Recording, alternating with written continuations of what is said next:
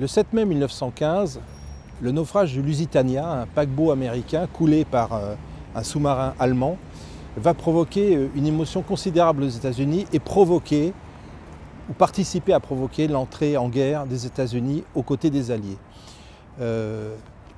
On se rend compte en réalité dans les articles d'illustration que cette image qu'on a gardée du naufrage du Lusitania, un des naufrages les plus catastrophiques avec celui du Titanic, est en fait fausse. Le Lusitania n'était pas techniquement un paquebot de passagers, c'était un cargo armé puisqu'il y avait un certain nombre de tourelles de canons montées sur ce vaisseau et que par ailleurs il transportait plusieurs milliers de tonnes de munitions.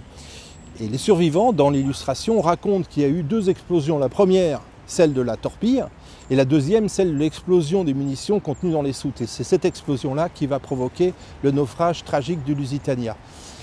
Plus grave et plus troublant, il y avait des navires d'escorte britanniques prévus pour accueillir et escorter le Lusitania au moment où il rentrait dans les eaux territoriales britanniques. Or, cette escorte a fait demi-tour et a laissé le Lusitania seul. De là à croire que l'amirauté l'a fait exprès pour provoquer l'entrée en guerre des États-Unis, il n'y a qu'un pas qu'on ne franchira pas.